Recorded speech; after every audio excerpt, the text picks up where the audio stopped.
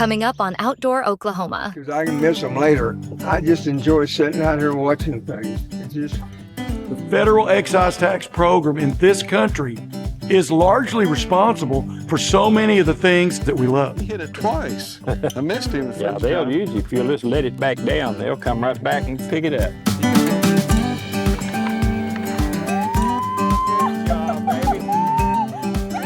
Flavor that comes out of that first bite.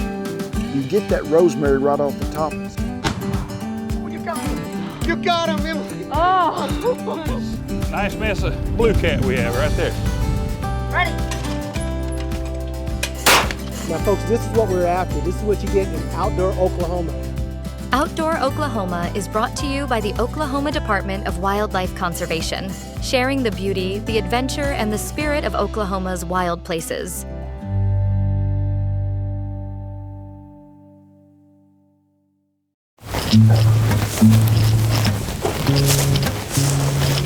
When's the first time you remember shooting a shotgun?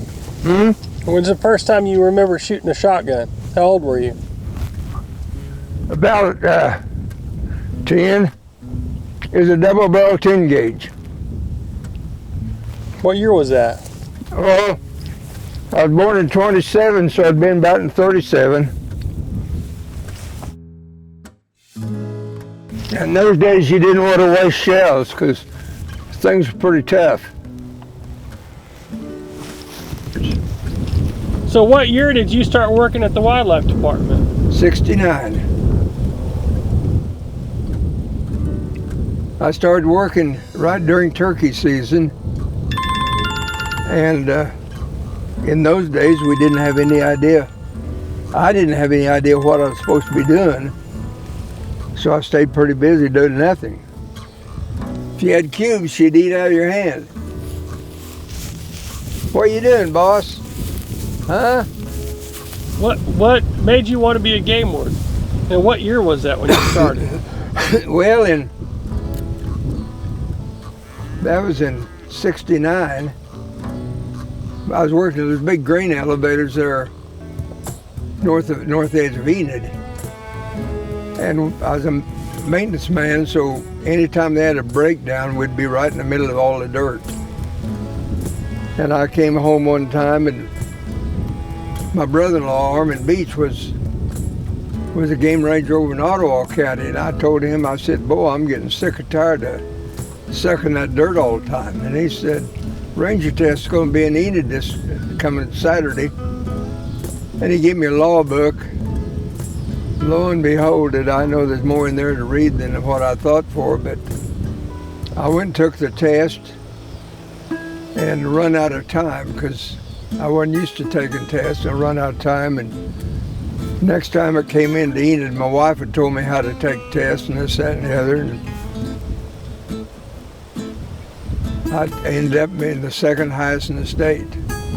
And John Strike made the highest. And the amazing part about that, he was from Goldtree and I was from Goldtree. We both graduated from Goldtree High School, but about 20 years apart. And we were the only two that was hired out of that school. I was hired in probably, well, whenever turkey season was, late March, April, and he was hired in the following October, I believe it was. So that was not very far off from the start of turkey season picking back up, right? I mean, yeah, it was starting to get better. And deer season was still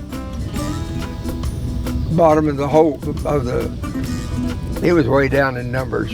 What gets me, occasionally there'll be an elk spotted going across this country. David can tell you about that. There's elk down south of that creek place, maybe about 2 miles south. There's a bull elk going through there. What were the big changes you saw working for the department? Probably number one is the number of deer. Number two is the amount of training the new boys get.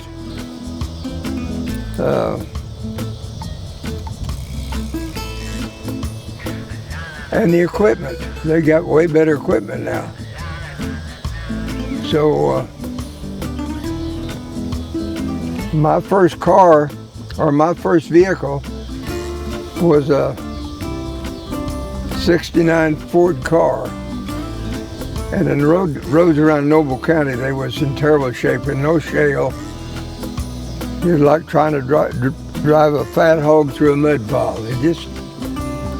You just didn't work county roads. You couldn't. The mud would stick. When it was freezing, it'd pack up on the wheels, up under the fenders, and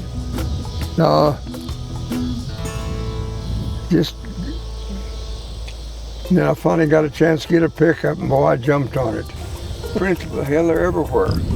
I never get too excited because I can miss them later. I just enjoy sitting out here and watching things.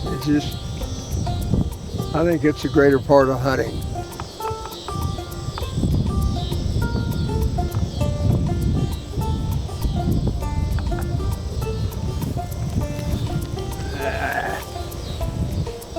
Just a tad too far out. Hell, that one's gonna fly with his heart shot out. Now this is a lesson on what not to do. That's just really, that's out of range anyhow, if he's flying. Shoot. You're not gonna get a lot of shooting out of me today. I can see that.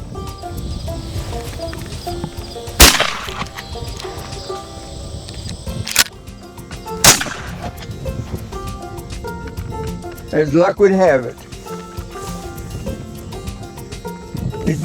Yeah, here's that bird. Huh? This is your bird on the other side of the tree. That wasn't mine. Yeah, it was. I just dropped one right down there just now. Well, then that's two you got.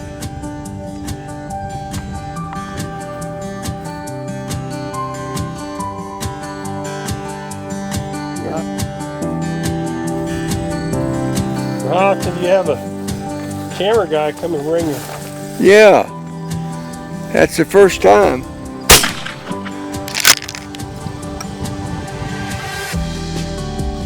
You see him land? Yep. I know exactly where he's at. What do you think? I think something's happening. Gary's a good man. I've really enjoyed working with him. And 4 is my limit. Well, I've got 6. Lost one. Tell me how many years have you guys been hunting together? Oh, we worked together for 35 or 40 years. Seemed like. And yeah, probably all over the state and even other states occasionally for this, that, and other. But we didn't really hunt a whole lot. We were in different parts of the state till we both retired, and I moved over a little closer to him, and we've hunted for a number of years now. I don't know. We've probably hunted right here for 5 or 6 or 7 years, yeah. Probably. I don't know. Time gets away from you. And we've had some pretty decent hunts. Had some good hunts. Shooting was terrible, but the hunting was great. That's exactly right. Just go get out in the field as much as you can. I know it's with lots of people in urban environments now. It's not as easy as it once was, when really a majority of the people in Oklahoma had rural roots. But still, you know, I think I read just the other day the department has over 1 million acres of public hunting land in Oklahoma. So, and some of it's really good. So get out there and enjoy the outdoors, and you know, make sure young people get an opportunity also. Somebody's got to carry on the tradition. Good. All right, appreciate it, fellas. Well, Did you have a good hunt? I did. Well, I did too. Anytime I can kill, 17, 18 birds down there. That's right, Pretty good. with 19. Oh, that's my shells I'm counting. Well, I got something to drink you in this cooler here. I thought David said he's going to bring a truck over here to me. My God, it's clear over there.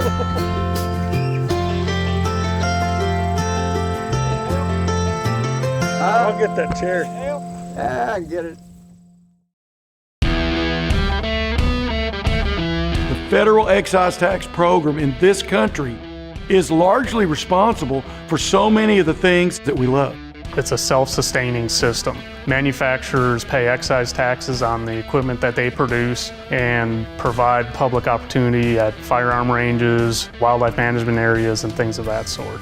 They're a predominant funding source for our agency. So anybody that just enjoys spending time outdoors, particularly folks that enjoy hunting, this is how we manage all of those resources. If it wasn't for the work that the federal excise tax achieves, we wouldn't have an industry. Those federal excise tax dollars are utilized by the state fish and wildlife agencies all across the country to help support all kinds of programs, NASS just being one of the most prominent programs. And so they're an absolute vital link to bringing the public along on this conservation journey.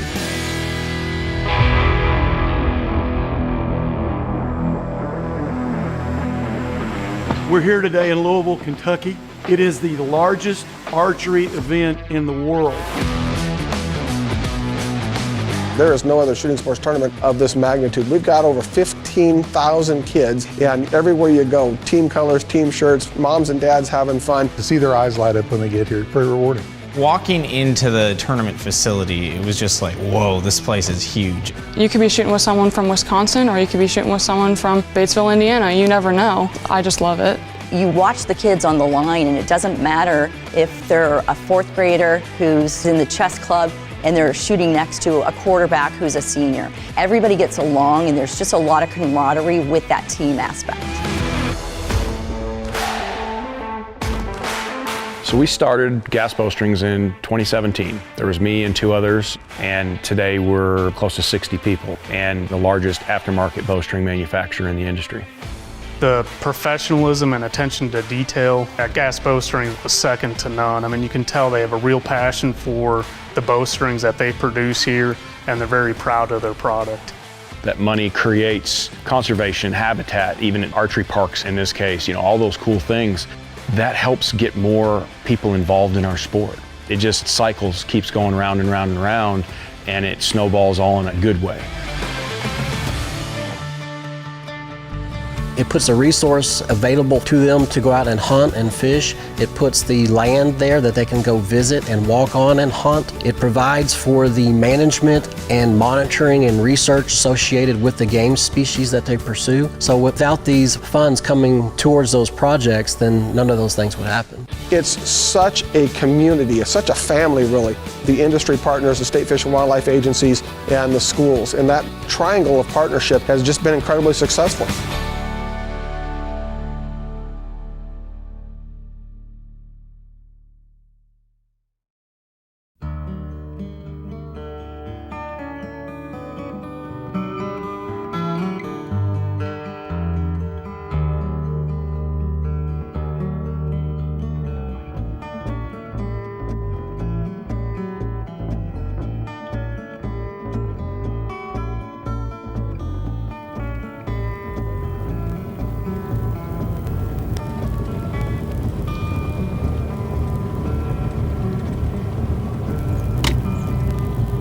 Here comes that Neil.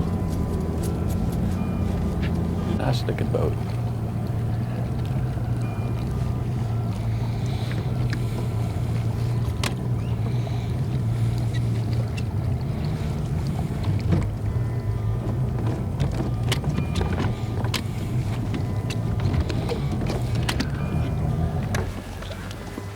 Good morning. Jack and Eldora Ray? Yes, Great. Jack and Eldora. That's Neil Keyes. Neil, glad to know you, Neil. Gee, well, it's great to have you come out. Jack tells me, Jack Frisbee on Chicago tells me you're the premier sandbass fisherman on the lake. Well, we've been finding them pretty good. We know this part of the lake pretty good. And that's great. Show up about the same places pretty regular. Think you can fish out of this boat? Why, sure. Boy, anybody can fish out of that boat. Well, why don't we load up here, and I'd like to get out and get some shots of this beautiful sunrise. What a gorgeous Isn't that morning. pretty, though? Great. Okay, if you'll...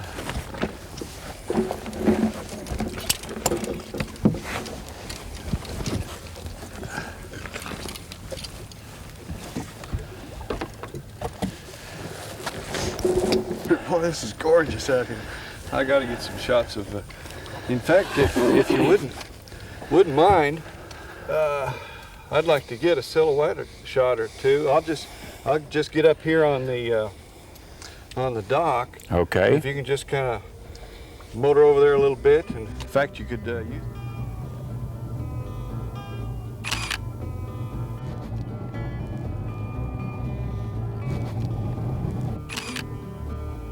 Okay, come on in.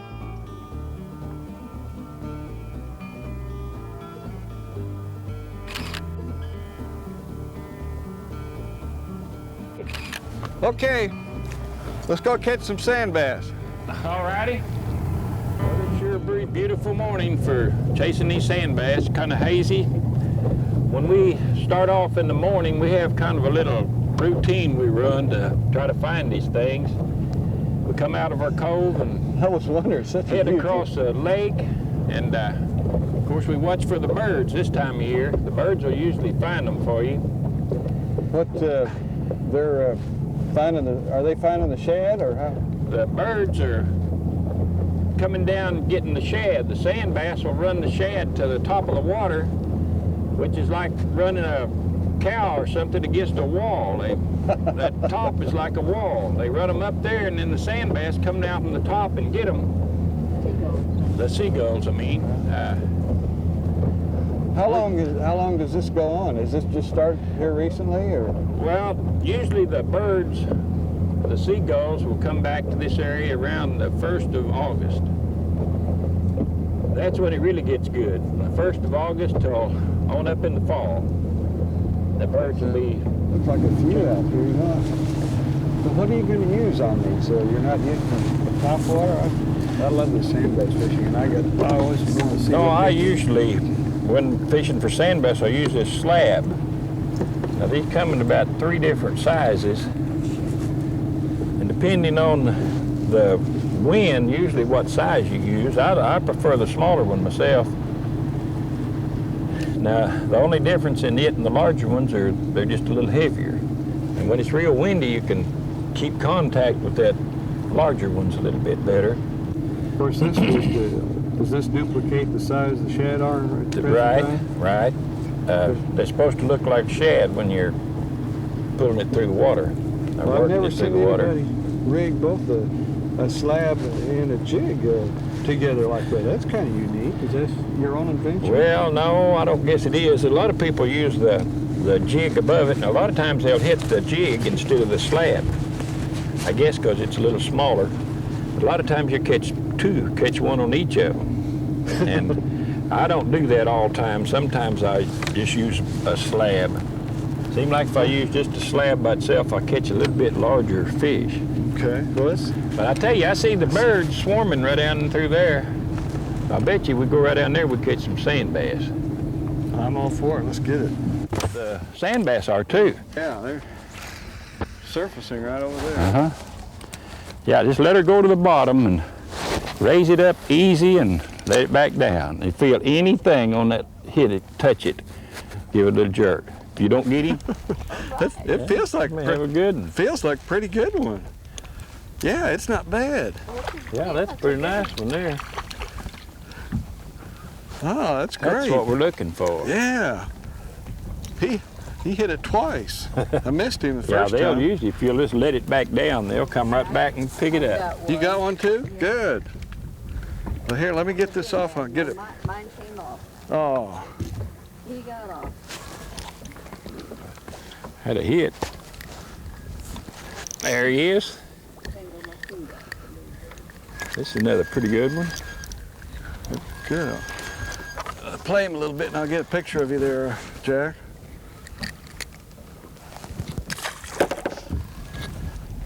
Every once in a while you'll think you got a real good one, you'll have him hooked in the back or by the tail or something.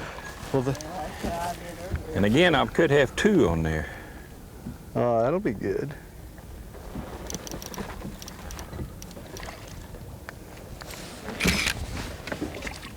Oh, yeah, how about a double? Good. One hooked in the back. No wonder they fought so good. Yeah. Y'all want to keep any of these today? Oh, not really.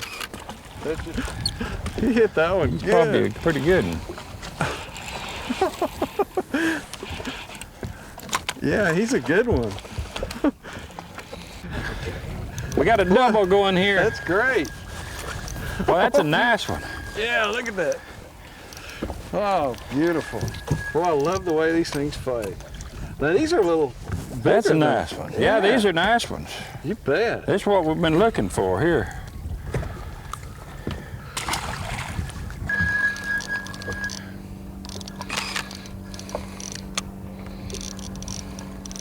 Got a double. Oh, great. Okay, would you mind just bring him out? Oh, great. Wouldn't you know it, I ran out of film just as you brought him in. You know, Jack, maybe we ought to start keeping some of those fish. Oh, I forgot about that. I know. That I did. I forgot about that. You know, we're getting into nicer ones now. And heck, that was a good eating size there.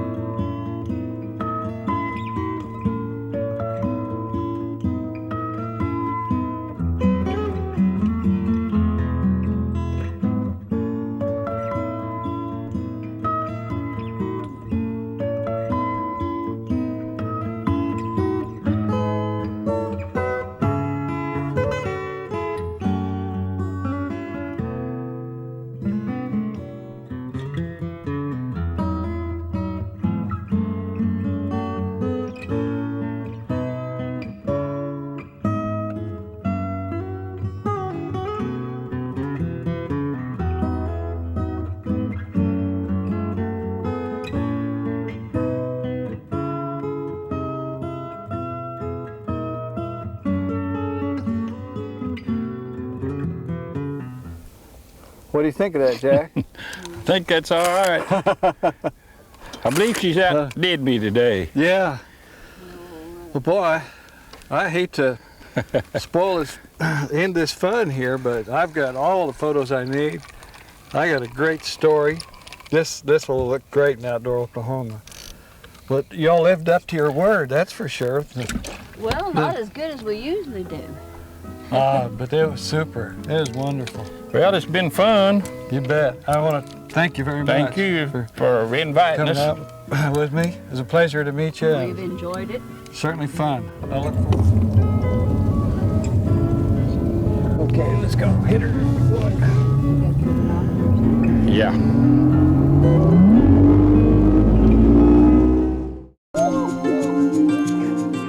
Outdoor Oklahoma is produced by the Oklahoma Department of Wildlife Conservation and is proud to serve and be funded entirely by sportsmen and women and outdoor enthusiasts who love and appreciate all things wild in the great state of Oklahoma. Connect with us online on TikTok, Instagram, Facebook, X, and YouTube. Want to know more about the Wildlife Department? Visit us at wildlifedepartment.com. Thanks for watching.